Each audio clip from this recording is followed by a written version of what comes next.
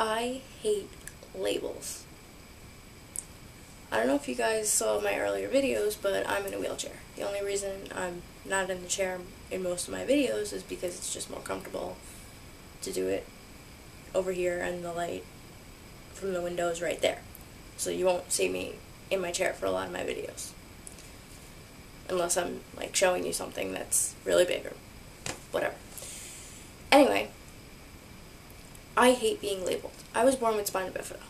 Okay, so for anybody watching that was in a car accident or in some kind of accident that took away your ability to walk, this really doesn't apply to you because I can't relate. So, I sympathize with you, but I can't empathize. I have never really been treated different by anybody. Like, the occasional, looks or whatever, and some of them are kind of obvious, but I've learned, I guess, to brush them off. Because I've grown up with parents that didn't spoil me or coddle me and make me feel different, and they also didn't freak out. When I was born, my mom was put in touch with a woman who had a daughter with Spina Bifida, and the woman actually told her that they sat and cried together over everything she couldn't do, including feel her cramps when she got her period. I only wish I had that problem. I wish I could be taken away for a few days. I have feeling from the knee down. So it's not, I have a dislocated hip that never bothers me, and I'm never going through surgery for that again. Because I went through multiple 12-hour surgeries and none of them worked. So if it doesn't bother me, why bother going in, So, whatever. But I've grown up not letting anything bother me. Everybody's different in their own ways. My chair, the way that I get around, happens to be my difference. So what? Get over it and get to know me. Because that's what matters. I'm sure I'll differ from all of you in a lot of other ways, but as I said, we all have our differences. Get to know the differences in who I am before you sit and stare or judge the chair.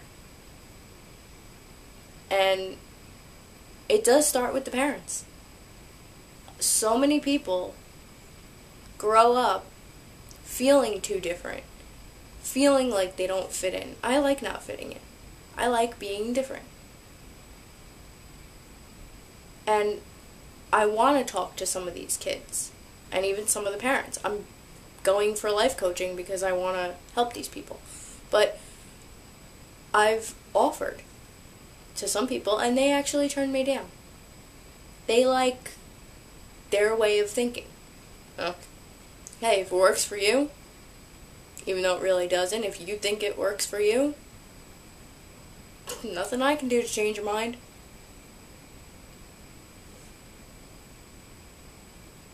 You want to be miserable and hate your life? Even this goes for the people that are in a wheelchair no matter what. If you had your ability to walk and it was taken away, what other choice do you have in life but to accept your situation and make the best of it? What other choice do we have? Being miserable? I'm sure you don't want that. And there are miracles in everybody's life. You want to prove doctors wrong. Those books that they go by and their medical brains, they're not the end-all be-all of our situations. I was told, well, my parents were told, I would never sit up, crawl. I'm not going to demonstrate, but I can crawl around, slide on my butt. Most of the time I am in my chair, but if I'm around the house, going around, like to the next room, I'll slide on my butt. They were told I would slither around like a snake, not be able to sit up, not be able to brace myself on my stomach like this. My mother was in shock when I started to crawl. And it turned out that I was just a well-behaved baby because my cousin and I were laying on a blanket in front of the TV watching, and she was crawling all over. So, and based on what the doctors told my parents, they thought I just couldn't crawl. But one day I was moving back and forth on my hands and knees, and my grandmother goes to my mom, "Take the blanket away. See what she does." Sure enough, I took off. Like a bat out of hell crawling.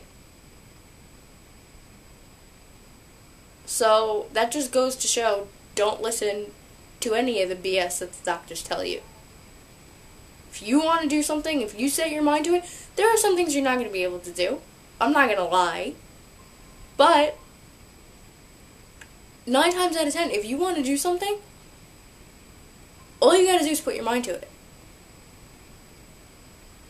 There's nothing that wrong with any of us up there where you can't put your mind to something and do it.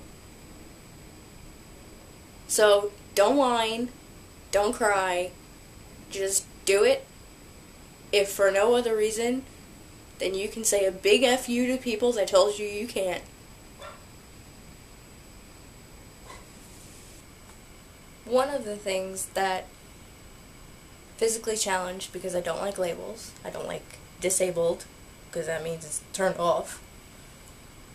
I don't like handicap, because it's just a negative connotation. So I say physically challenged. One of the things that we as physically challenged people have to deal with is really tight hamstrings and really bad circulation, because we're sitting generally in the same position all day until we go to bed. So I thought that I would show you guys what I do to stretch out my hamstrings. For my upper body, I do the general things that you see in all the exercise videos that they have out there. But for the ones that get really tight sitting up, you have to spread your legs as far as it can go until it starts to feel like it's being stretched, or even kind of gets uncomfortable and hurts. You do that for as long as you can. And then you lay on your stomach for as long as you can. You can put a book on your butt, or a big box, or something to push down. I learned this when I did PT in elementary school. You can do the same thing on the other side. And for my feet, to get better circulation, put them over your head,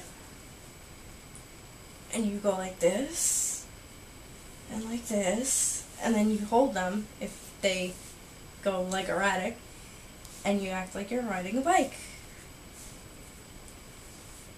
I also, when I'm in the chair, boost them up with 2 throw pillows so that circulation doesn't really leave them when I'm sitting straight up, which works pretty good if you have like 2 or 3 throw pillows on your footrest on the chair. Any questions or comments, leave them in the comment section. Subscribe if you liked this video, if it was helpful to you, and I'll see you guys next time. Bye.